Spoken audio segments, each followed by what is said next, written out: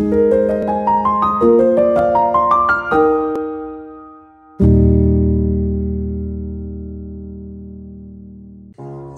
Bapak, Ibu, dan Saudara yang dikasihi Tuhan Yesus Kristus. Salam berjumpa kembali pada hari ini.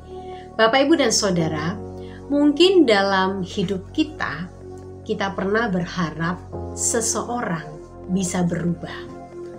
Dan ternyata kita menemukan hasil yang sama. Orang itu tidak juga berubah. Pancet ae koyok ngono. Bapak, Ibu, Saudara, kenyataan seperti ini seringkali membuat banyak orang merasa lelah dan putus asa untuk bisa melihat orang yang diharapkan itu berubah. Seseorang bisa berubah bisa karena motivasi ingin menyenangkan orang lain, kapok, atau juga yang lainnya. Tetapi biasanya saudara-saudara, perubahan yang demikian tidak bertahan lama. Kenapa? Karena perubahan yang terjadi tidak muncul dari sebuah kesadaran diri di hadapan Tuhan. Bapak, Ibu, dan Saudara yang terkasih dalam Tuhan, orang bisa mencari tahu tentang siapa Kristus, bagaimana karya pelayanannya, dan sebagainya. Dengan membaca buku, dengan mencari informasi di internet, ataupun mendengar cerita orang lain.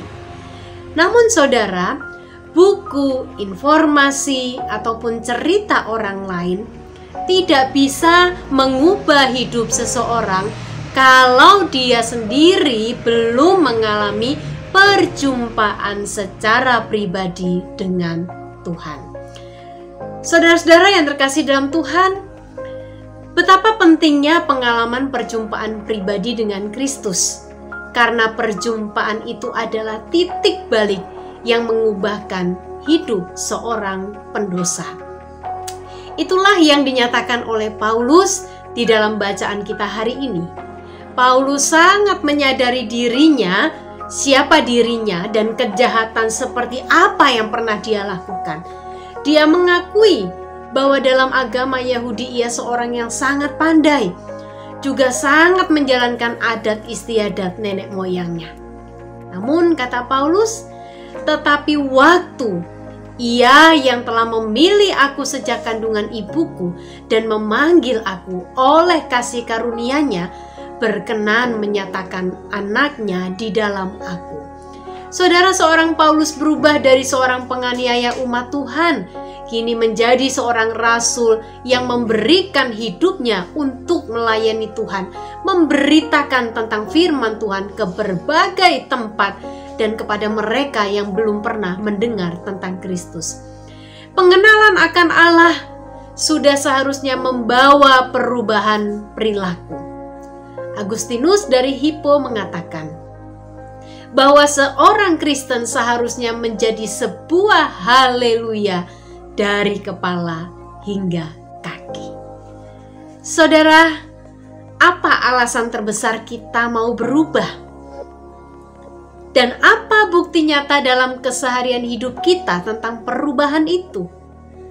Saya mengutip kalimat seorang pendeta yang mengatakan, hanya perjumpaan secara pribadi dengan Yesuslah yang sanggup mengubah kehidupan kita yang kelam menjadi terang, mengubah karakter yang keras menjadi lembut.